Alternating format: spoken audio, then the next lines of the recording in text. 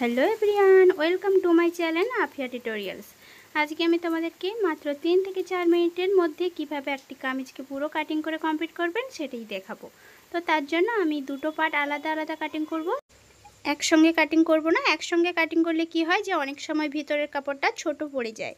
तो तार जन्य आमी दुटो पार्टके आलादा आलादा भावे काटिंग करब। तोमरा चाइले एकसंगे काटिंग करे निते पारो।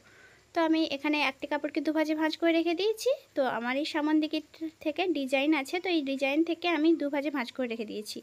तो एई डिजाइनेर ओपर थेके आमी एकटा मार्जिन करे दिएछि। एखान थेके आमी टोटाल लेंथटा निये नेब कामिजेर। तो टोटाल लेंथ तोमादेर যতটা आसबे तार थेके आमी 3 इंची एक्सट्रा करे निये निয়েছি। এখন তো কামিজের लेंथটা সবাই বড় পড়তে পছন্দ করে, তাই জন্য 3 इंची নিয়ে নিয়েছি। তো আমি এখানে পুটের মাপটা নিচ্ছি। তো পুট আমি এখানে 6.5 इंची নিচ্ছি। তোমরা 40 इंचिर साइजेर नीचे कामिजटी काटिंग करले 6.5 पर्यन्त निते पारो। तो 40 इंचिर ओपरे तोमरा 7 इंची निते पारो। तो एइभाবে আমি 6.5 इंची নিয়ে নিয়েছি এবং আর্মহোলের মাপটাও 6.5 इंची নিয়ে নিয়েছি। এখানে বডির মেজারমেন্টটা নিচ্ছি, যতটা তোমাদের বডির মেজারমেন্ট আসছে তার 4 ভাগের 1 ভাগ নিয়ে নিয়েছি এবং 2 इंची এক্সট্রা নিয়েছি সেলাই মার্জিনের জন্য। তো সামন পোর্শন থেকে আমার তালপাটের অংশ হবে, তাই জন্য আমি 1 इंचिते তালপাটের রাউন্ড শেপটা করে দিয়েছি। তো এখান থেকে ফিতেটিকে রেখে আমি দুটো মার্জিন নেব। একটা মার্জিন নেব 14 इंची এবং একটি মার্জিন নেব আমি 20 इंचिते। একটি ওয়েস্টের মাপ, একটা হিপসের মাপ। তো ওয়েস্টের মাপটাও আমি 4 ভাগের 1 ভাগ নিয়ে নিয়েছি, যতটা বডির মেজারমেন্ট আছে, এবং 2 इंची এক্সট্রা নিয়েছি সেলাই মার্জিনের জন্য। হিপসের মাপটাও ঠিক একইভাবেই নিয়ে নিয়েছি। তিনটি লাইনকে আমি ভালোভাবে মিলিয়ে নিয়েছি। এবার আমি যে ফাড়াটা হবে, এবার সে ফাড়ার মেজারমেন্টটা নিয়ে নেব। এখান থেকে আমি টোটাল মার্জিন সহ যে হিপসের মেজারমেন্টটা আসছে তার থেকে এই নিচ পজিশন থেকে 2 বা 2.5 इंची নিয়ে নেব এক্সট্রা।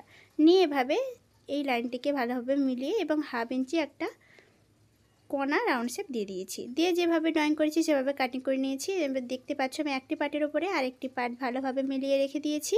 তো এই পার্টটিও ঠিক সেভাবেই কাটিং হবে যে পার্টটি আমি আগে কাটিং করেছি। তো শুধু তালপাটের অংশ থেকে আমাকে 1/2 इंची বাড়িয়ে নিতে হবে। ভিতরের কাপড়ে তালপাট হবে এবং পিছনের পাটে তালপাট হবে না। এইভাবে আমি দুটো পার্টকেই কাটিং করে নিয়েছি। তো বাদ বাকি মেজারমেন্টগুলো আমার সেমই আছে। তো আমি গলাটা এখন এইভাবে করছি না, বক্রম দিয়ে গলাটা করে নেব। হাতার কাপড়টি কাটিং করার জন্য আমি পিছনের পার্টের এভাবে আর্মহোলটিকে ভালোভাবে ফিতে দিয়ে এভাবে ঘুরিয়ে ঘুরিয়ে মেজারমেন্টটা নিয়ে নিয়েছি। তো যতটাই তোমাদের মেজারমেন্ট আসবে তার থেকে 1/2 इंची কমিয়ে তোমরা হাতার কাপড়টিকে কাটিং করে নেবে। তো আমি এখানে হাতাটি ছোট হাতা করব, তাই জন্য আমি এখানে একটি কাপড়কে 4 ভাঁজে ভাঁজ করে নিয়ে নিলাম। তো আমি এখানে 4 ভাঁজে ভাঁজ করে দেখে নেব যে আমার মেজারমেন্টটা আসছে কিনা। হাতার মেজারমেন্টটা যেভাবে আমি আর্মহোল থেকে নিয়েছিলাম, তো দেখতে পাচ্ছ আমার 9.5 কিন্তু চলে আসছে। অবশ্যই মনে রাখতে হবে যে 4 পার্টের উপর থেকেই যেন 9.5 इंची কাপড়টি আসে। তো আমি হাতাটার লেন্থ করব 8 इंची। তো আমি এখান থেকে আমি হাতার নিচের মড়িটা নিয়ে নিচ্ছি মেজারমেন্ট সহ 7 इंची। এখান থেকে 3 इंची নিচে একটা মার্জিন করছি, এদিক থেকে 1.5 इंची একটি মার্জিন করছি ভিতরের দিকে।